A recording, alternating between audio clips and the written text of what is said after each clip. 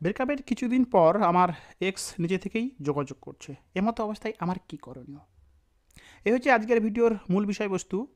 আমাকে অনেকেই বলেছে যে, "দাদা, আমাদের ভালোবাসার মানুষটি যখন আমাদেরকে ছেড়ে চলে যায়, সেমতো অবস্থায় তাকে ফেরানোর জন্য যা করণীয় সমস্ত কিছুই কিন্তু আমি আমার তরফ থেকে করেছি। তারপরেও সে মানুষটা যখন কোনোরূপ রেসপন্স করেনি, তখন কিন্তু আমি আমার তরফ থেকে সম্পূর্ণ স্টপ হয়ে গেছি।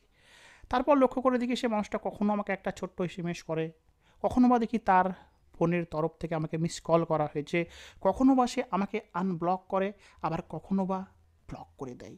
এই সমস্ত কিছু দেখার পরেও কিন্তু যেহেতু আমরা আপনাদের ভিডিও দ্বারা পরিচালিত, তাই কিন্তু আমরা আমাদের তরফ থেকে কোনোরূপই রেসপন্স করিনি। একটা সময় পর কিন্তু সে মানুষটা নিজে থেকেই যোগাযোগ করছে, এসএমএস করছে। এক্ষেত্রে আমি কি করব? বা এখন আমার কি করণীয়? তো তোমাদেরকে বলে রাখি বন্ধুরা, বেশিরভাগ ক্ষেত্রেই কিন্তু তারা আমাদের সম্পর্কের পুরনো কথার রেশ ধরেই আমাদের কাছে ফিরে আসে এবং বলে যে, সেই সময় আমার বেশ কিছু কথা বলার ছিল, যে কথাগুলো সেই মুহূর্তে বলা হয়নি রাগের কারণে, বাট আজ তোমাকে বলবো সেই উদ্দেশ্যেই কিন্তু আমি তোমার সঙ্গে কথা বলতে এসেছি, এমনটাই কিন্তু বাহানা নিয়ে আসে। আর যদি তুমি সত্যিই খুব ভাগ্যবান হয়ে থাকো, তবে তোমাকে এই প্রশ্নগুলো করা হয়ে থাকবে: কেমন আছো? তুমি কি ভালো আছো? তোমার কি আমার কথা একটুকু মনে করে না? আমি মানছি তোমাকে ছেড়ে চলে গেছি, সেটা আমার ভুল ছিল। তুমি কি জানো আমি তোমাকে প্রচণ্ড মিস করি? সেজন্যই তোমার লাইফে ফিরে এসেছি। যদি তুমি সত্যিই খুব ভাগ্যবান হয়ে থাকো, তো এই সমস্ত প্রশ্ন পেয়ে থাকবে। নচেত পুরনো কথার রেশ ধরেই কিন্তু বেশিরভাগ ক্ষেত্রে তারা তোমাদেরকে যাচাই করার জন্য আসে, যে বর্তমান তুমি কেমন আছো, তাকে কি তুমি ভুলে গেছো? তো দেখতে থাকো ভিডিওটি।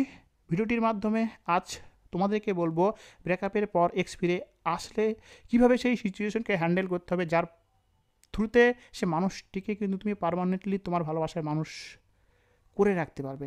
নচেত তোমার কিছু ভুলের কারণে কিন্তু সে আবারও তোমাকে ছেড়ে চলে যেতে পারে। দেখো বন্ধুরা, এরকম সিচুয়েশনে কিন্তু আমরা নিজেদেরকে কন্ট্রোলই করতে পারবো না যে আমাদের এক্স নিজে থেকে আমাদেরকে এসএমএস করেছে। এই একটা এমন সিচুয়েশন, যে সিচুয়েশনে আমাদের মনের সমস্ত আবেগকে কিন্তু আমরা তার কাছে বলে শান্তি পাবো। কেননা সে মানুষটা চলে যাওয়ার পর থেকে কিন্তু আমরা প্রচণ্ড কষ্টে আছি, যন্ত্রণা পেয়েছি। সে কেন আমাদেরকে ছেড়ে চলে গেলো, এই নিয়েই তো আমাদের মনে হাজারো প্রশ্ন, এবং সে মানুষটা যে কখনো আমাদেরকে ছেড়ে চলে যাবে, এই বিশ্বাসটাই তো আমরা কখনো করেছিলাম না। সো আজ যখন এই সুযোগটা পেয়েছি, এই সুযোগে কিন্তু সে মানুষটির সঙ্গে অনেক দিন কথা নাই, অনেকটা সময় তোমার মনে যন্ত্রণার পাহাড় জমে রয়েছে। সো তার তরফের এই এসএমএসের ফলে তুমি কিন্তু তোমার সমস্ত আবেগকে তার কাছে উগড়ে দিতে পারলে জ্ঞান তুমি শান্তি পাবে। আমি কিন্তু তোমার ফিলিংসটা বুঝতে পারছি। কেননা আমি নিজেকে তোমার জায়গায় দাঁড় করিয়ে ভাবছি যে কতটা আবেগময় মুহূর্ত, যে মুহূর্তে এক্স নিজে থেকে এসএমএস করেছে, নিজে থেকে যোগাযোগ করেছে, তখন তুমি তাকে নিজে থেকেই তার কিছু প্রশ্ন করার আগেই বলে দেবে, তুমি আমাকে ছেড়ে কেন চলে গিয়েছিলে? আমি তোমাকে প্রচণ্ড ভালোবাসি, আমি তোমাকে এত ফেরানোর চেষ্টা করেছি, তারপরেও তুমি ফেরোনি। তুমি জানো এক একটা দিন আমার কতটা কষ্টের সঙ্গে কাটছে। যেদিন থেকে তুমি আমাকে ছেড়ে চলে গেছো, সেদিন থেকে আমার খাওয়া দাওয়া সব বন্ধ হয়ে গেছে। আমি বাধ্য হয়ে চুপ করে আছি, বাট চুপ করে থাকার ফলেও কিন্তু তোমাকে এক মুহূর্ত ভুলতে পারিনি। তুমি কিন্তু তোমার সমস্ত আবেগীয় কথাগুলো সেই মানুষটার সামনে গড় করে বলে দিতে পারলে যেন তুমি শান্তি পাবে। এমনই কিন্তু তোমার মনের ভাবনা বর্তমান মুহূর্তে। বাট আমি তোমাদেরকে বলবো, এই জিনিসটা যদি তুমি করে থাকো, তবে কিন্তু তুমি সবচাইতে বড় ভুল করবে। কেননা ব্রেকআপের পর যে মানুষগুলো আমাদের লাইফে ফিরে আসে, তাদের ফিরে আসার পেছনে কী কারণ রয়েছে, এই বিষয়টা কিন্তু আমাদেরকে আগে জানতে হবে।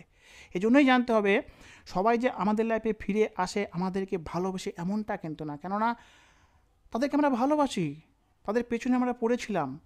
এখন সেই পেছনে পড়াটা বন্ধ করে দিয়েছি, তারা সেটাকে ভালোভাবে মেনে নিচ্ছে না। বর্তমান সমাজে অনেক মানুষ এমন রয়েছে যারা তোমাকে ভালোবাসবে না, বাট তুমি তাদেরকে ভালোবাসো, তারা কিন্তু এমনটা চাই। কেননা প্রত্যেকটা মানুষই কিন্তু তোষামত পেতে ভালোবাসে। সো তোমার তরফ থেকে সে মানুষটিকে ফেরানোর জন্য তুমি যে কান্নাকাটি করতে, তোষামত করতে, সেটা তার ভালো লাগতো, বাট সে তোমার লাইফে ফিরবে না। এখন তুমি সেটা করছো না, সেজন্য সে দেখতে এসছে বর্তমান তুমি কেমন রয়েছো, তোমার লাইফে কী চলছে। সে তোমার সঙ্গে একটু কথা বলার ফলে তুমি কীরূপ রিয়াকশান করছো। সো যখন তুমি তোমার তরফ থেকে সমস্ত বিষয়গুলো বলে ফেলবে, তখন কিন্তু সে এটা বুঝে ফেলবে যে না, সে যতই চুপ করে থাকুক, তারপরেও কিন্তু সে আমাকে এখনও মিস করে। আমি তাকে যে জায়গাতে ফেলে থুয়ে গেছিলাম, এখনও সে সেই জায়গাটাতেই আছে। যার ফলেই কিন্তু সে আবারও অ্যাটিটিউড নিয়ে তোমার কাছ থেকে চলে যাবে। সো তাদের যোগাযোগের ফলে আমার তরফ থেকে তোমাদের তরফের যে রেকমেন্ডেশন হবে, তা হলো সে মানুষটা তোমার সঙ্গে কীভাবে কথা বলা শুরু করেছে। সে কি সম্পর্কের মাঝে সেই পুরনো কথা ধরেই তোমার সঙ্গে কথা বলতে স্টার্ট করেছে? আই মিন, সে কথাগুলোকে কিন্তু সে অজুহাত স্বরূপ তোমার সঙ্গে বলেই তোমার সঙ্গে কথা বলা শুরু করে, কেননা কোনো একটা বাহানা নিয়ে তো তোমার সঙ্গে কথা বলতে হবে। সে মানুষটার পেছনে তুমি সারা জীবন পড়েছিলে, তাকেই তুমি চেজ করেছিলে, তাকেই তুমি ফেরানোর চেষ্টা করেছো, সেই তোমাকে ছেড়ে চলে গিয়েছিলো। আজ সেই মানুষটা যখন নিজে থেকে তোমার কাছে এসেছে, তখন কিন্তু তার মনে কিন্তু কিছু একটা হলেও কিন্তু আত্মসম্মান আঘাত লাগবে যে সে নিজে থেকে তোমাকে এসএমএস করেছে, যে জন্যই কিন্তু সে বাহানাকে অস্ত্র বানিয়ে তোমার সঙ্গে কথা বলবে। সো যদি পুরনো সম্পর্কের রেস ধরে তোমার সঙ্গে কথা বলে, তবে তুমি সেই সমস্ত কথার সেরকমভাবে কোনো উত্তর দেবে না, কেননা এর মারফতেই তুমি বুঝতে পারবে যে সে মানুষটার মাঝে কিন্তু এখনও অনুতাপ বোধটা আসেনি, সে তোমার লাইফে ফিরে আসার জন্য আসেনি, সেই পুরনো সময়টার পেছনেই পড়ে রয়েছে, পুরনো সময়টাকেই আঁকড়ে ধরে রয়েছে। এই বিষয়গুলো তখনই তুমি বুঝতে পারবে যখন তার বাক্য গঠন, শব্দ চয়ন কীরূপ হবে। যদি সে মানুষটা সত্যিই অনুতাপ বোধ করতো, যদি সে মানুষটা সত্যিই তোমার লাইফে ফিরে আসার উদ্দেশ্য নিয়ে এসছে, সে এটা ভেবে আসেনি যে বর্তমানে তুমি কেমন আছো, তুমি তাকে ভুলে গেছো কি না, এ ভাবনা নিয়ে আসেনি, সে এখন সত্যিই তোমাকে ভালোবাসে, সে রিগ্রেট ফিল করছে, সে কষ্ট পাচ্ছে, যন্ত্রণা পাচ্ছে, সে তোমাকে প্রচণ্ড ভালোবাসে। যদি এমনটা হয়ে থাকে, সে তোমাকে সে আগে জিজ্ঞেস করবে যে তুমি কেমন আছো, তুমি কি আমাকে ভুলে গেছো। এই সমস্ত কথার দ্বারা কিন্তু তুমি শিওর হবে সে মানুষটা সত্যিই তোমাকে ভালোবাসে। বাট যদি এমনটা হয় যে সে তোমাকে পুরনো কথার রেশ ধরে তোমার সঙ্গে কথা শুরু করেছে অজুহাত স্বরূপ, তখন তুমি সেসব প্রশ্নকে এড়িয়ে যাবে, তেমনটা উত্তর দেবে না। সে কি বলছে, কিভাবে বলছে, তার শব্দচয়ন, বাক্য গঠনগুলোকে মনোযোগ সহকারে শুনবে, নিজের আবেগকে কন্ট্রোলে রেখে। কেননা অনেক সময় তারা আমাদেরকে পরীক্ষা করতে আসে, তারা যে আমাদেরকে ছেড়ে চলে গিয়েছিল, তাদের সেই ছেড়ে চলে যাওয়ার ডিসিশনটা ঠিক ছিল কি না। যদি তুমি তোমার তরফ থেকে এগুলো জানিয়ে দাও যে আমি এখনও সেই একই জায়গায় আছি, আমি এখনও কষ্ট পাই, আমি এখনও কান্নাকাটি করি, রাত্রে ঘুমোতে পারি না, তবে কিন্তু সে মানুষটা বুঝে ফেলবে যে তুমি দুর্বল, এবং সে যে ডিসিশনটা নিয়েছিল তোমাকে ছেড়ে চলে গিয়ে, সেই ডিসিশনটা কিন্তু ঠিক ছিল, দেন সে মানুষটা কিন্তু আবারও চলে যাবে। আর সে মানুষটার কথার দ্বারা যদি তুমি এটা রিয়েলাইজ করতে পারো যে না, সে মানুষটার মনে তোমার সম্পর্কে আবারও ভালোবাসা জন্মেছে, সে মানুষটা তোমাকে ছেড়ে চলে যাওয়ার বিষয়টা ভুল করেছিল, সেই বিষয়ে যদি সে আত্মগ্লানিতে ভোগে, তবে কিন্তু সে তোমাকে সহানুভূতি দেখিয়ে কথা বলবে, সেই কথার মধ্যে কিন্তু মিষ্টতা থাকবে, আন্তরিকতার ছোঁয়া থাকবে। সো এই সমস্তভাবেই কিন্তু সে মানুষটার সঙ্গে তুমি তোমার কথাবার্তা এগোতে পারো। বাট তার কথার মধ্যে যদি তোমাকে পরখ করার বিষয়টা লুকিয়ে থাকে, তবে কিছুটা সময় তার সঙ্গে নর্মালি কথা বলবে, কখনো নিজের আবেগকে তার সামনে তুলে ধরবে না, যার ফলে কিন্তু সে মানুষটা তোমাকে ছেড়ে আবারও চলে যাবে। তুমি এমনভাবে তাকে তার সামনে নিজেকে প্রেজেন্ট করবে যে তুমি ভালো আছো, তুমি তাকে ছাড়াও নিজেকে মানিয়ে নিতে পেরেছো, তুমি মুভ অন করেছো। যখন তুমি তোমার শক্তিকে তার সামনে তুলে ধরবে, যখন তুমি এটা শো করবে যে তাকে ছাড়াও তুমি বাঁচতে পারো, তখনই কিন্তু সে মানুষটার মাথা ঘুরে যাবে, তখনই কিন্তু সে মানুষটা তোমাকে ছেড়ে চলে যাওয়ার কথা ভাববে না।